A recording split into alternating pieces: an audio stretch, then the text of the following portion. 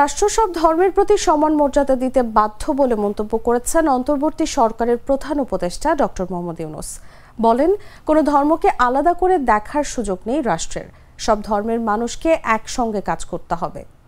আপনাদের সঙ্গে আবার দেখা করা, কারণ আপনার আমাদের দায়িত্ব গ্রহণের পরপরই আপনাদের সঙ্গে দেখা, তারপরে আবার এসছি।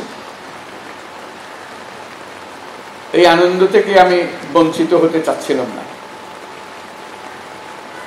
বিশেষ করে এর মধ্যে অনেকগুলো ঘটনা ঘটেছে। ছুটি একদিনের থেকে দুদিন হয়েছে, এখন ছুটি দুদিনের থেকে 4 দিন হয়ে গেছে। ওটাতে আমার কোনো হাত নাই। এটা কেউ না কেউ বুদ্ধি করে ফেলেছে ঠিকভাবে। 4 দিনের ছুটি, কাজে সব আনন্দ এখানে একত্র হয়ে গেছে। তা বললাম যে আমাকে বাদ দিয়ে সবাই আনন্দ করবে, এটা করতে দেবো না।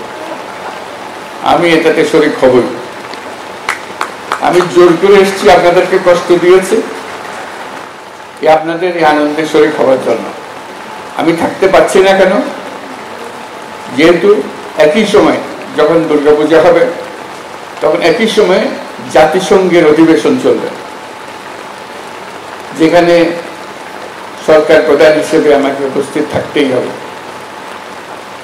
কাজে সেই কারণে আমি এদিকে আর থাকতে পারছি না। তবে ওই যে বললাম, নাছোড়বান্দা আগে থেকে গেলাম, অভিনন্দন জানিয়ে গেলাম। আবার সুযোগ করে পরবর্তীতে আরেকদিন আসবো।